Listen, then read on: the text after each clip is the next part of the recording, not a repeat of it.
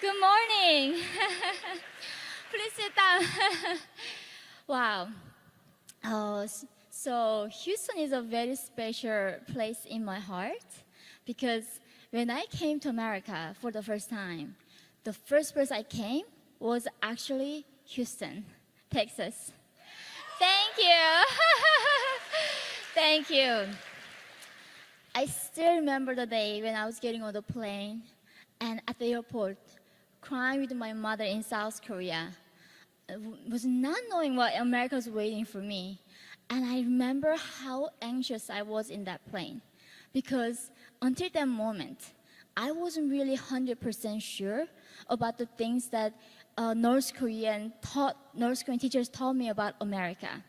So up until that point, my life was very different. All my life, when I was not here, but back in North Korea, I believed that Americans were bastards. Americans were monsters, cold-blooded, reptiles, were trying to eat North Korean people. And then I remember getting out of that plane at Houston airport, and I was like so ready. Is this people gonna attack me right now? What's gonna happen? And then I saw this guy in his like hoodies, eating chips and saying, "Hi, how are you?" And that is when I realized, guys, lies do not have power. Yes. We do not need to fear lies. But what we need to fear is that right now, currently, I live in America, and actually, I became American ambassador myself. I became American myself last year. Thank you. Thank you. And I see the same playbook. It's in a way, if there's a dictator's handbook, there should be one, right? The same playbook that was played to North Korean people is happening to American people. So let's compare a few examples why I'm saying this. When I was born in North Korea, to a country that was built upon the idea of complete equality of outcomes, where everybody's equal, everybody's happy, and everything is taken care of. When I was born there, in North Korea, there were 51 different classes. Governments divided us into 3 different groups. The first group is tomatoes, because you are red inside and you are red outside. Therefore, you are complete communist. And that's how you're in the royal class. The second is what we call wavering class.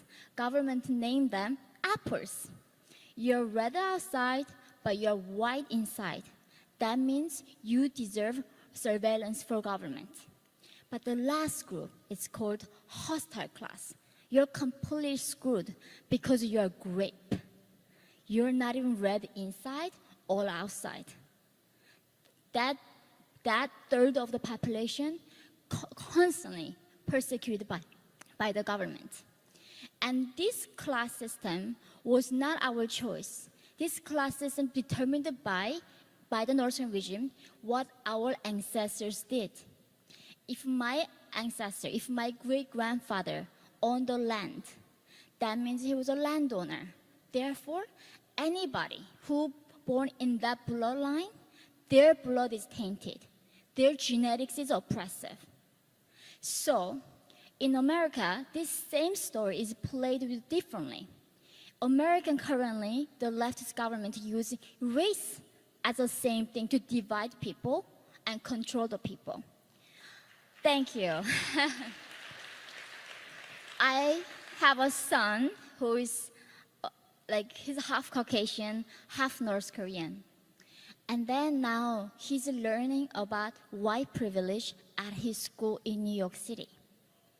Even though his mother was an actual slave, his dad never owned a slave, the society asking him that he supposedly be responsible for the crimes that happened for his ancestors. Something called guilt by association, is a collective crime.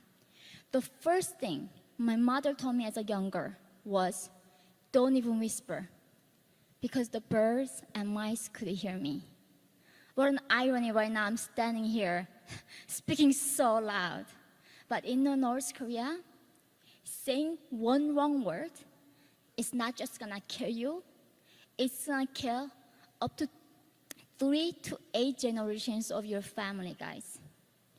Cancel culture is the beginning of that spectrum. That's where it begins. They might cancel you right now. They might ask you to lose your job, and then they might go your immediate family, and then your nephews or cousins, then your in-laws. When one of the top North Korean officials escaped to South Korea, more than 30,000 people got sent to prison camp in North Korea. Those people, a lot of them did not know that they were related to this guy who escaped. And now in America, that guilt by association is right now is happening. Your ancestors' guilt is your guilt, therefore you need to be punished. The second one is happening is redefining the words. I came to America believing that this was the promised land. And I went to Columbia University in New York City. And thinking, this is a place I can grow and I can learn to think critically. And when I got there, professors were telling me, Columbia University is a safe place. We have safe space, therefore, you cannot talk anything other than the things that we allow you to talk about. That is a complete opposite from safe space for North Korea myself, right? And that, thank you.